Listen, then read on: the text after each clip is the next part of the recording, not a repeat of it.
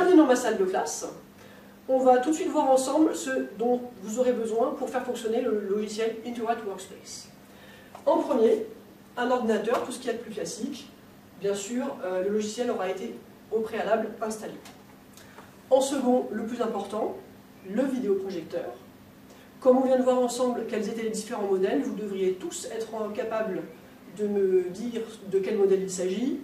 Il s'agit bien sûr d'un VPI, vidéoprojecteur interactif.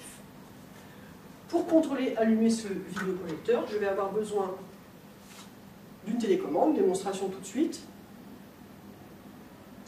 Bien sûr, on va voir que ce qui est projeté ici est exactement la même chose que ce qu'on a sur l'écran de l'ordinateur.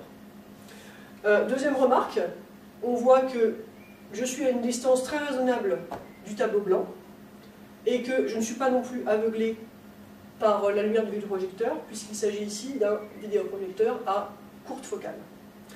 Ensuite, pour faire l'interaction avec l'ordinateur, je vais avoir besoin de l'équivalent de la souris, c'est à savoir le stylet. On voit tout de suite que ça obéit au doigt et à l'œil à ce que je fais avec mon stylet.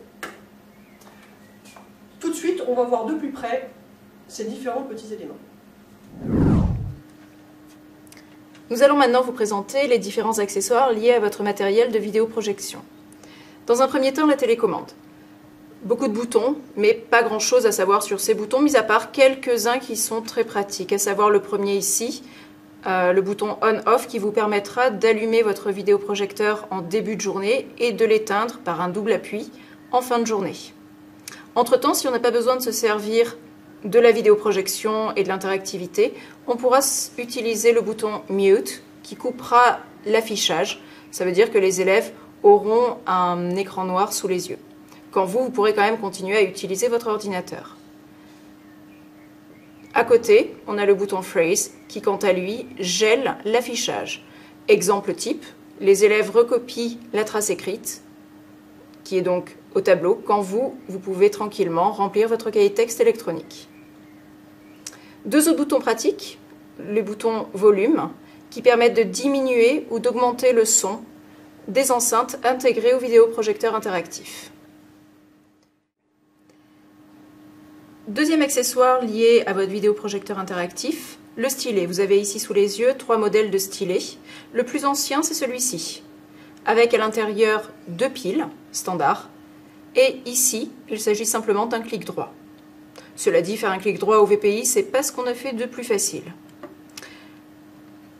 Le modèle suivant ici, qui était distribué il y a encore 2 ans, avec, contrairement à l'autre modèle, un bouton On-Off qui permet d'éteindre et d'allumer son stylet. Vous voyez d'ailleurs ici, ça clignote, ça s'éteint.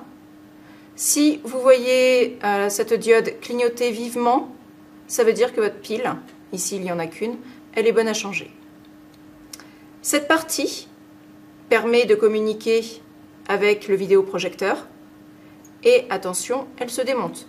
Pas de panique, si un élève un peu anxieux passe au tableau et vous démonte le stylet, vous pourrez rapidement le revisser. Le modèle le plus récent est celui-ci.